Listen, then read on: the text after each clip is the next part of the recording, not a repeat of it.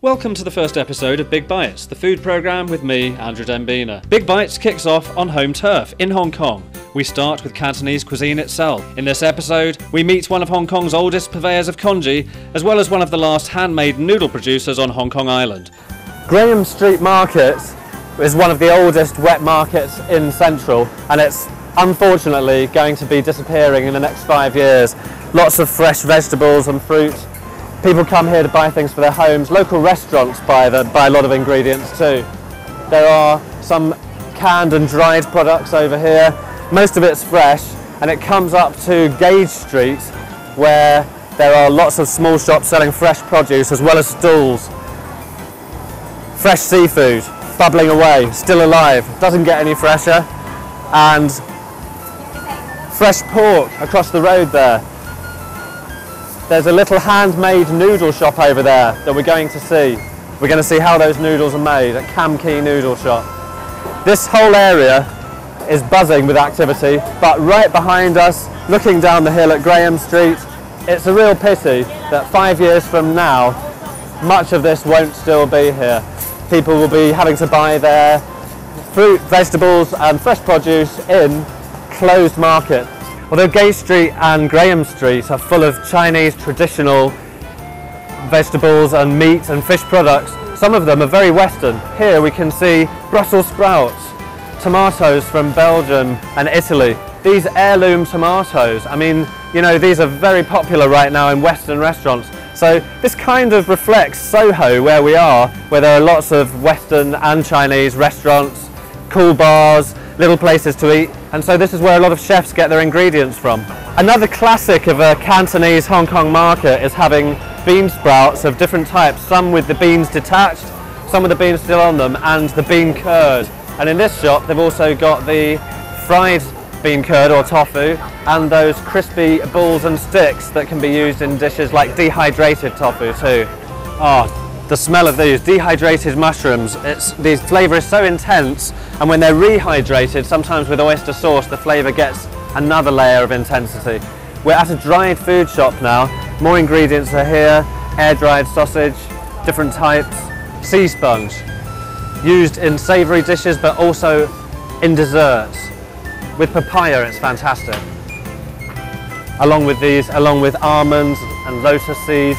Konpoi, which is a strange name in English, but it means dried scallop. Talking about nutritious ingredients used in Cantonese soups, it doesn't get much better than this. Fish maw, or fish stomach. This is the inside, well, as it sounds, it's a fish stomach, and this is meant to be really, really good for so many things, including the skin, the digestion, and it's a texture which might take a bit of getting used to for some Western palates. Like sea cucumber, it's very gelatinous. And speaking of sea cucumber, right next to the fish stomach, we've got some jars of different types of sea cucumber.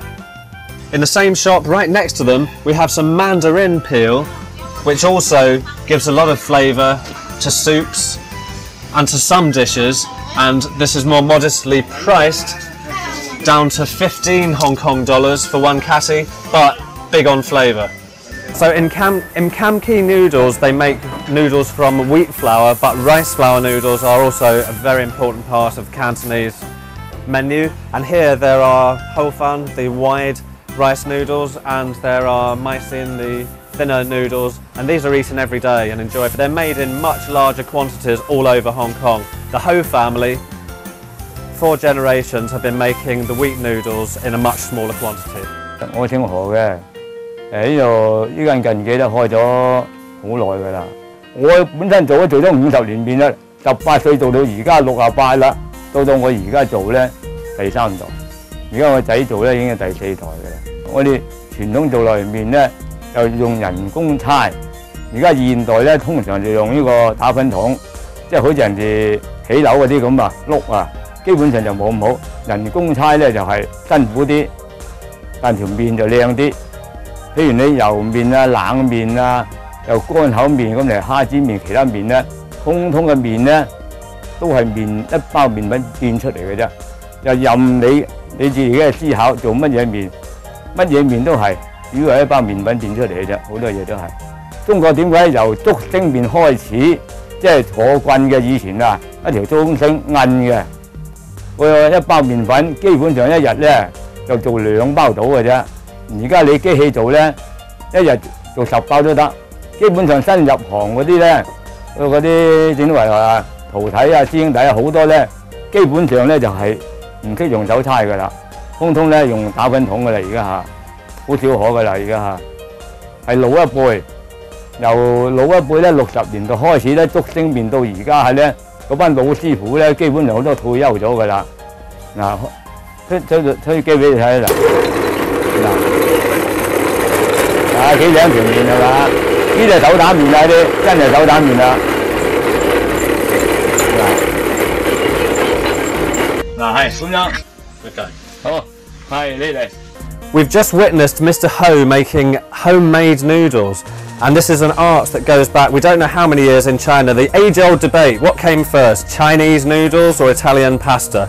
These couldn't be fresher. These are going to be fried, and in smaller quantities, they will go into soup with wonton.